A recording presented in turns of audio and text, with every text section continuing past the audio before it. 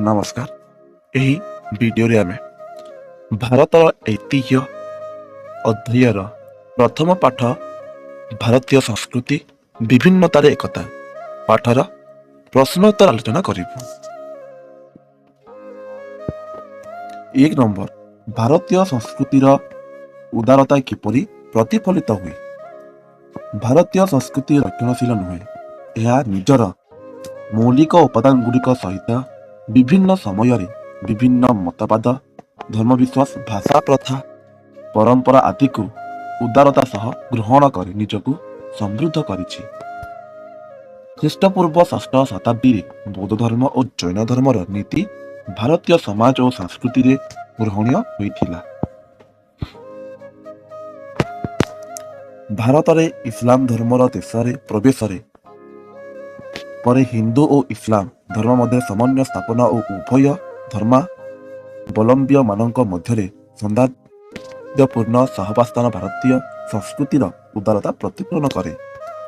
ମଧ୍ୟରେ ଭକ୍ତି ଆନ୍ଦୋଳନ ପ୍ରଚାରକ ଯଥା ରାମାନନ୍ଦ, ଶ୍ରୀ ଚୈତନ୍ୟ, କବୀର, ନାନକ ପ୍ରଭୃତି ଏବଂ ସୁଫି ଆନ୍ଦୋଳନର ପ୍ରବକ୍ତା ଯଥା ଖ୍ୱାଜା ମୁଇନୁଦ୍ଦିନ ଚିସ୍ତି, ଫରିଦୁଦ୍ଦିନ ଗଞ୍ଜଇ, ଶକର ଓ ଶେଖ୍ ନିଜାମୁଦ୍ଦିନ ଔଲିୟାଙ୍କ ମାନବ ସେବା, ଭକ୍ତିପ୍ରେମ, ଏକତା, ସହନଶୀଳତା ଓ ଭ୍ରାତୃତ୍ୱର ବାର୍ତ୍ତା ଭାରତୀୟ ସଂସ୍କୃତିକୁ ବଳିଷ୍ଠ କରିଛି। ଖ୍ରୀଷ୍ଟ ଧର୍ମ ଓ ପାଶ୍ଚାତ୍ୟ ଦର୍ଶନ, ସାହିତ୍ୟ, ବିଜ୍ଞାନ ଓ ସଂସ୍କୃତି ମଧ୍ୟ ଭାରତୀୟ ସଂସ୍କୃତି ଉଦାରତା ସହ ଗ୍ରହଣ କରିଛି।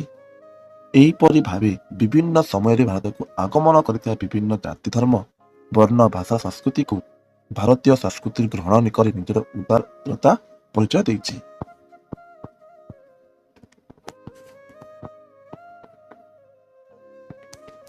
ଭାରତର ଭୌଗୋଳିକ ବିଭିନ୍ନତା ଗୁଡ଼ିକ କ'ଣ?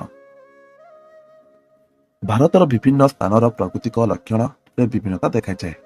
ଯେପରି ରହିଛି, ଉତ୍ତରରେ ହିମାଳୟ ପାର୍ବତ୍ୟାଞ୍ଚଳ, ଦକ୍ଷିଣରେ ମାଳଭୂମି, ପୂର୍ବ ଓ ପଶ୍ଚିମସ୍ଥ ଉପକୂଳବର୍ତ୍ତୀ ସମତଳ ଅଞ୍ଚଳ, ବିଭିନ୍ନ ସ୍ଥାନରେ ଘଞ୍ଚ ଅରଣ୍ୟ ଭୂମି, ପଶ୍ଚିମସ୍ଥ ଅଞ୍ଚଳରେ ମରୁଭୂମି ଆଦି ବିଭିନ୍ନ ପ୍ରାକୃତିକ ଅଞ୍ଚଳ ରହିଅଛି।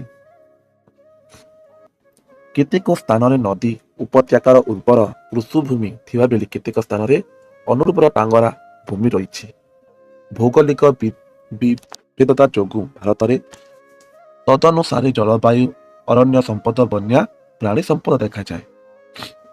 ହିମାଳୟ ବରଫାଚ୍ଛନ୍ନ ଅଞ୍ଚଳରେ ପ୍ରବଳ ଶୀତ ମରୁଭୂମି ଅଞ୍ଚଳ, ପ୍ରଚଣ୍ଡ ଗରମ ମରୁଭୂମି ଅଞ୍ଚଳ, ସୂକ୍ଷ୍ମ ଜଳବାୟୁ ତଥା ସମୁଦ୍ର ତଟବର୍ତ୍ତୀ ଅଞ୍ଚଳ ଆର୍ଦ୍ର ଜଳବାୟୁ ଅନୁଭୂତ ହୁଏ।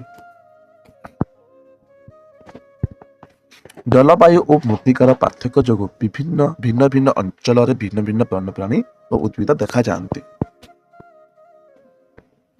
ଧର୍ମଗତ ବିଭିନ୍ନତା ସତ୍ତ୍ୱେ ଭାରତରେ କିପରି ଏକତା ସୃଷ୍ଟି ହୋଇଛି? ଭାରତରେ ହିନ୍ଦୁ, ମୁସଲମାନ, ଖ୍ରୀଷ୍ଟିଆନ, ଶିଖ୍, ବୌଦ୍ଧ, ଜୈନ, ଜୋରାଷ୍ଟ୍ରୀୟ ଓ ଇହୁଦୀ ଧର୍ମାବଲମ୍ବୀ ଲୋକ ଥିଲେ ମଧ୍ୟ ସେମାନଙ୍କ ମଧ୍ୟରେ ଥିବା ସମନ୍ୱୟ, ସହନଶୀଳତା ଓ ସହଯୋଗ ଯୋଗୁଁ ଐକ୍ୟଭାବ ପ୍ରତିଷ୍ଠିତ ହୋଇଛି। ବିଭିନ୍ନ ଧାର୍ମିକ ଗୋଷ୍ଠୀ ପରସ୍ପର ଦ୍ୱାରା ପ୍ରଭାବିତ ଏବଂ ପ୍ରତ୍ୟେକ ଅନ୍ୟ ସହିତ ସାମଞ୍ଜସ୍ୟକୁ ପୂର୍ଣ୍ଣ କରି ସେମାନଙ୍କ ମଧ୍ୟରେ ଭାତୃଭାବ ଓ ଏକତା ସୃଷ୍ଟି ପାରିଛନ୍ତି। ପ୍ରତ୍ୟେକ ଧର୍ମାବଲମ୍ବୀ ଉପଲବ୍ଧି କରିଛନ୍ତି ସେମାନଙ୍କ ଲକ୍ଷ୍ୟ ସାଧନାର ପନ୍ଥାର ଭିନ୍ନତା ଥିଲେ ମଧ୍ୟ ସେ ଏକ। ଏହା ସେମାନଙ୍କ ମଧ୍ୟରେ ଐକ୍ୟଭାବ ଜାଗ୍ରତ କରିଛି। ପ୍ରତ୍ୟେକ ଧର୍ମର ପର୍ବପର୍ବାଣୀରେ ଧର୍ମମତ ନିର୍ବିଶେଷରେ ଯୋଗଦାନକୁ ଏକତାକୁ ସୁଦୃଢ଼ କରିଛି। ସବୁ ଧର୍ମ ଲୋକେ ହୋଲି, ଦୀପାବଳି, ମହାବୀର ଜୟନ୍ତୀ, ଇଦ୍, ମହରମ, ଖ୍ରୀଷ୍ଟମାସ, ନୂଆବର୍ଷ ପାଳନରେ ଅଂଶଗ୍ରହଣ କରୁଛନ୍ତି ଏବଂ ବେଦ, ଉପନିଷଦ, ଗୀତା, ମହାଭାରତ, ରାମାୟଣ ସାରମର୍ମ ସବୁ ଧର୍ମାବଲମ୍ବୀଙ୍କୁ ପ୍ରଭାବିତ କରିଛି।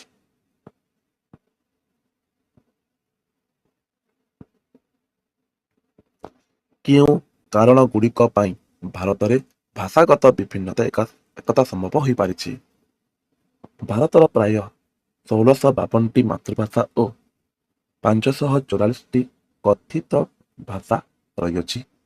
ମାତ୍ର ଅଧିକାଂଶ ଆଞ୍ଚଳିକ ଭାଷାଗୁଡ଼ିକର ବହୁ ଅଂଶ ସଂସ୍କୃତ ଭାଷାରୁ ଆନିତ। ତେଣୁ ସଂସ୍କୃତ ଭାଷାଗତ ବିଭିନ୍ନତାରେ ଏକତା ଭାବ ଆଣିବା ପାଇଁ ସହାୟତା ହୋଇଛି। ମୁସଲମାନମାନଙ୍କ ଆଗମନ ଫଳରେ ଭାରତରେ ଉର୍ଦ୍ଦୁ ଓ ଫାରସୀ ଭାଷା ପ୍ରଚଳନ ହେଲା।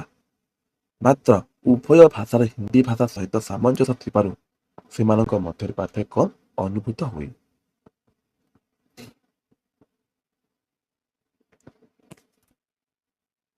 ସ୍ୱାଧୀନ ଭାରତରେ ହିନ୍ଦୀ ଭାଷାକୁ ରାଷ୍ଟ୍ରଭାଷାର ମାନ୍ୟତା ଦିଆଯାଇଛି ଏବଂ ହିନ୍ଦୀ, ଇଂରେଜୀ ଓ ଆଞ୍ଚଳିକ ଭାଷାକୁ ନେଇ ତ୍ରିଭାଷା ନୀତି ପ୍ରଚଳନ କରାଯାଇଛି। 2 ନମ୍ବର, ସଂସ୍କୃତି କହିଲେ କଣ ବୁଝାଏ? କୌଣସି ସମାଜରେ ଏହାର ସଭ୍ୟମାନଙ୍କ ଜରିଆରେ ତଥା ସାମୂହିକ ମୂଲ୍ୟ ବୋଧରେ ଥିବା ପରିପକ୍ୱତା ଓ ମାର୍ଜିତ ଚିନ୍ତାଧାରାର ପ୍ରତିଫଳନ ହେଉଛି ସଂସ୍କୃତି। ଖାଦ୍ୟ ଓ ପୋଷକ, ଆଚାର ଓ ବ୍ୟବହାର, ଭାଷା ଓ ସାହିତ୍ୟ, ଧର୍ମ ଓ ବିଶ୍ୱାସ, ଶିକ୍ଷା ଓ ବିଜ୍ଞାନ ଓ ବୈଷୟିକ ବିଦ୍ୟା, ପ୍ରଥା, ପରମ୍ପରା, ପର୍ବପର୍ବାଣୀ, ନୃତ୍ୟ ଓ ସଙ୍ଗୀତ, କଲା ଓ ସ୍ଥାପତ୍ୟ ସଂସ୍କୃତିର ଗୋଟିଏ ଗୋଟିଏ ଉପାଦାନ।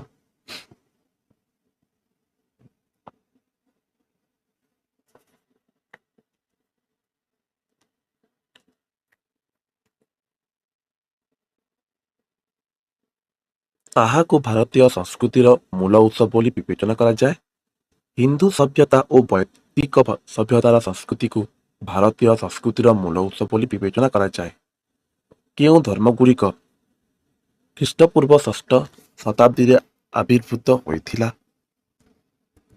ଖ୍ରୀଷ୍ଟପୂର୍ବ ଷଷ୍ଠ ଶତାବ୍ଦୀରେ ଜୈନ ଧର୍ମ ଓ ବୌଦ୍ଧ ଧର୍ମ ଆବିର୍ଭୂତ ହୋଇଥିଲା।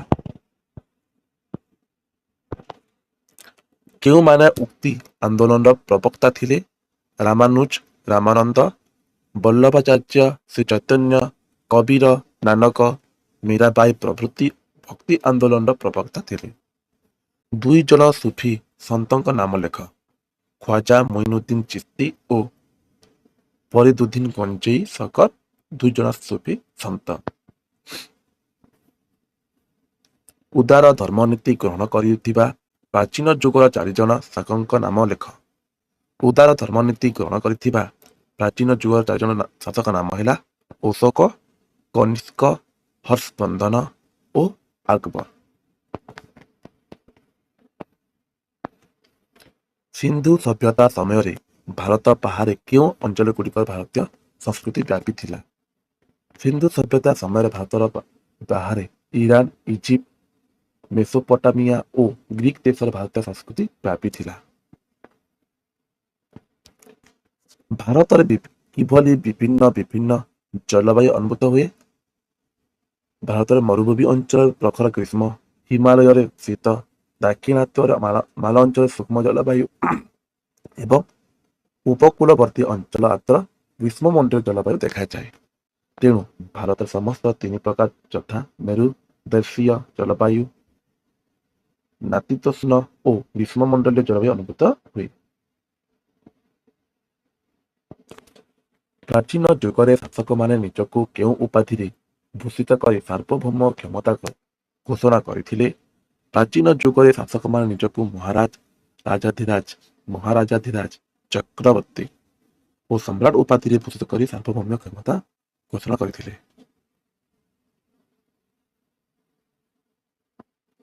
ଭାରତରେ ବାସ କରୁଥିବା ଯେକୌଣସି 4 ଗୋଟି ଜାତିର ବା ବର୍ଣ୍ଣ ନାମ ଲେଖ। ନେଗ୍ରିଟୋ, ପ୍ରୋଟୋ ଆଷ୍ଟ୍ରୋଲାଇଟ, ମଙ୍ଗୋଲିଏଟ, ଦ୍ରାବିଡିଆନ। 3 ନମ୍ବର, ଭାରତୀୟ ସଂସ୍କୃତିର ସ୍ୱତନ୍ତ୍ର କଣ? ବିଭିନ୍ନତାରେ ଏକତା ହେଉଛି ଭାରତୀୟ ସଂସ୍କୃତିର ସ୍ୱାତନ୍ତ୍ର୍ୟ। ଭାରତର ବିଭିନ୍ନ ସ୍ଥାନରେ କାହିଁକି ଭିନ୍ନ ଭିନ୍ନ ପ୍ରକାର ଜଳବାୟୁ ଅନୁଭୂତ ହୁଏ? ଭୌଗୋଳିକ ସ୍ଥିତିର ପ୍ରଭେଦ ଯୋଗୁଁ ଭାରତର ବିଭିନ୍ନ ସ୍ଥାନରେ ଭିନ୍ନ ଭିନ୍ନ ପ୍ରକାର ଜଳବାୟୁ ଦେଖାଯାଏ।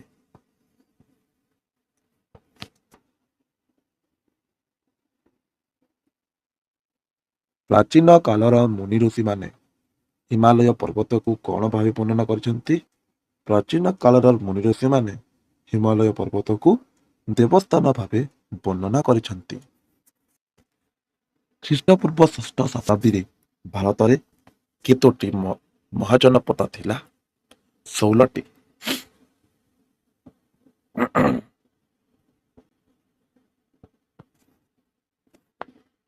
ବୈଜ୍ଞାନିକ ପଦ୍ଧତିରେ ବିଭିନ୍ନ ମାନବ ଗୋଷ୍ଠୀର ତୁଳନାତ୍ମକ ଅଧ୍ୟୟନ ପାଇଁ ଭାରତ ଏକ ସଂଗ୍ରହାଳୟ। ଏ ଉକ୍ତିଟି କାହାର? ଏ ଉକ୍ତିଟି ହେଉଛି ୱିନଷ୍ଟନ୍ ସ୍ମିଥ କହିଥିଲେ।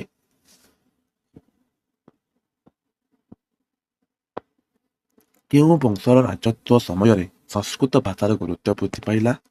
ଗୁପ୍ତ ବଂଶୀୟ ରାଜାମାନଙ୍କ ରାଜତ୍ୱ ସମୟରେ ସଂସ୍କୃତ ଭାଷାର ଗୁରୁତ୍ୱ ବୃଦ୍ଧି ପାଇଲା। ଭସାନୀ ଭାଷା। କେଉଁ ସମୟରୁ ଭାରତରେ ଫରାସୀ ଭାଷାର ପ୍ରଚଳନ ହେଲା? ମୁସଲମାନଙ୍କ ଆଗମନ ସମୟରୁ। କେଉଁ ବେଦରୁ ଭାରତୀୟ ଶାସ୍ତ୍ରୀୟ ସଙ୍ଗୀତର ଉତ୍ପତ୍ତି ହୋଇଛି? ସାମ ବେଦରୁ। ଭାରତୀୟ ଲୋକଗୀତରୁ ଆନୀତ ଯେକୌଣସି ଦୁଇଟିର ସଙ୍ଗୀତ ରାଗ ନାମ ଲେଖ। ଭୋପାଲି ଓ ଅହିର। ଭାରତୀୟ ସଂସ୍କୃତିକୁ କାହିଁକି ବହୁ ସଂସ୍କୃତି ବିଶିଷ୍ଟ କୁହାଯାଏ? ବିଭିନ୍ନତାରେ ଏକତା ଭଳି ସ୍ୱତନ୍ତ୍ର ଥିବାରୁ ଭାରତୀୟ ସଂସ୍କୃତିକୁ ବହୁ ସଂସ୍କୃତି ବିଶିଷ୍ଟ କୁହାଯାଏ। 4 ନମ୍ବର ଯାହାକି ଠିକ ଉତ୍ତର ବାଛି ଲେଖ। ତାହାର ଉତ୍ତର ବ୍ରାହ୍ମଣ୍ୟ ଧର୍ମ। ମେଡିଟେରେନିଆନ ନିମ୍ନ ଜାତୀୟ ଶିଖ। ସତ୍ୟପୀର।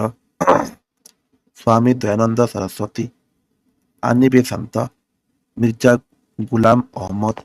ପ୍ରାକୃତ ହିନ୍ଦୀ ଇଂରାଜୀ ଆଞ୍ଚଳିକ ଭାଷା ଥିଲା ଭାରତ ଇତିହାସର ପ୍ରଥମ ପାଠ। ତ ପ୍ରଶ୍ନ ଉତ୍ତର